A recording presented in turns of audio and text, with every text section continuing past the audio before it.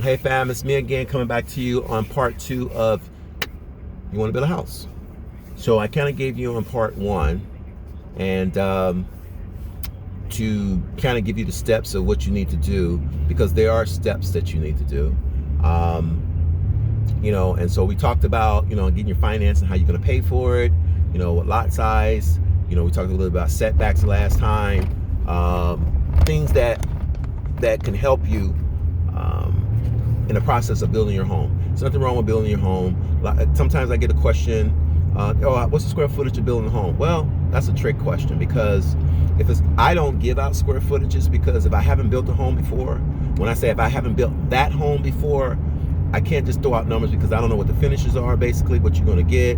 I don't know what we're going to be dealing with and so forth. Now, that question becomes easier to answer if I have built, like if I'm building a community and I'm building 10 houses that look the same or whatever, and somebody comes and say, hey, how much it costs to build that house, then I should have some documentation to say, okay, this house costs $150 a square foot or $160 a square foot because I done built like 8-9 of them. But if I'm building a custom home, what I like to do is, and just started just throwing numbers out, I like to take the plans themselves, that the house that's getting ready to be built, and then do my budget on it. In other words, I do all my takeoffs. I talk to my subs that I'm going to use, and I give them the information, and then they get prices, and I kind of put it all together, and then I have a number that I can present to the owner. Because sometimes when you're building a custom home, you don't know right up front what you're going to give allowances for. So the cabinets that I may put in your home are not the cabinets that you may put. So all those things got to be kind of like hashed out. You may want cabinets that cost $100,000. Well, if I was building a house, maybe I was going to put in cabinets that cost $20,000 or $30,000. So right there, you can see there's a problem. So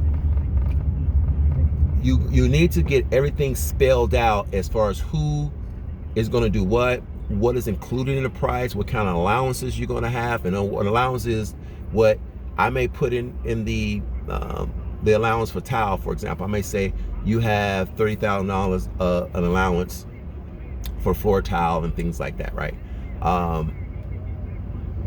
So that means that if you find a tile and everything is all said and done and it's 40 grand, then that means that you going to have to come up with another 10, because in this price that I gave you an allowance of 30, it comes out to be 40, so that's $10,000 you got to deal with.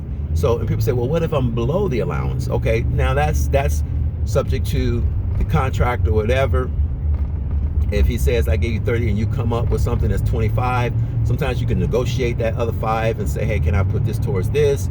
Because I saved on the tile right there.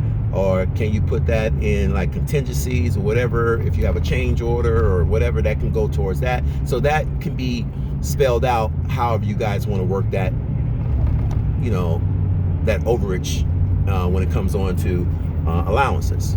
Okay, so you just want to make sure that you have all your dots, your I's dotted, your T's crossed when it comes on that, because you don't want any kind of misrepresentation when it comes on to building your home. You don't want to, well, I thought you was taking care of this. Well, I thought you was taking care of that. When it comes on to appliances, you want to make sure that who's going to be responsible for appliances. And usually I give that choice to the client, because appliances is a personal thing. You may want to zero temperature freezer, or you want a 6 stove burner or whatever.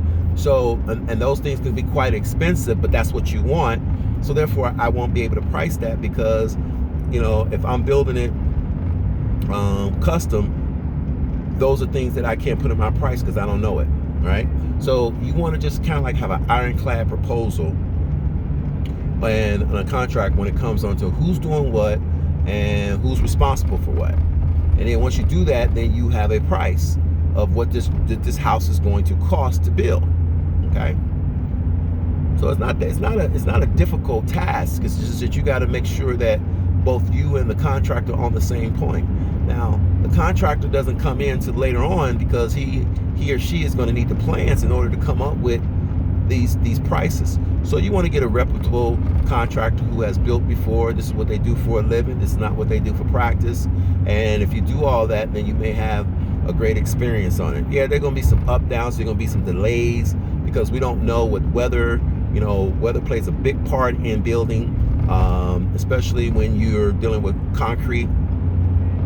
And then if, depending on how north you are, you got to deal with snow, winter, and all that. So you may have a time frame, but you also want to be flexible with that time frame because, you know, things do happen. Okay. Make sure everything's, you know, checks and minuses. Make sure you get somebody who's licensed, insured. Make sure a permit is pulled. Make sure your job site is clean. You don't want to have a job site that people come in there and they falling down and hurt themselves and things like that. So you just make sure you have a contractor who's responsible with his crew, and because you don't want to get into building a home and this person is making it a living hell for your neighbors that's going to be your neighbors for the next 15 or 20 years. And so you just want to try to keep that cohesiveness within some kind of reason, you know what I mean? Because you just don't want it to get too far at hand. So I'm gonna come back to you guys again with some information on building. Thank you. If you like what I'm saying to you, I'm talking to you about, and if anything is helping you, please subscribe to Darmac Builds, my YouTube channel. Hit the like sign and hit the notification just in case when I put these out, you guys can get this information, share it with a friend. I'm coming to you with real estate, pretty much how you can probably buy real estate, whether it's lands, buildings, duplexes. I can come to you with insurances, how to insure your property, whether you have a single family, you have a duplex, triplex, fourplex, you know, what type of insurance you need for that, why you need it, you know, things like that. So, and then it comes to investment. What are you investing your money in? What are you saving money, and what are you putting it into? There's only so many options you can put your money into to get a return. So these are things that my channel is going to kind of enlighten people on. It's not a get rich quick thing. It's about information that will help you going forward when you make a decision. Okay. So with that being said, this is your boy Darren with Darmac Builders. See you when I see you. Peace.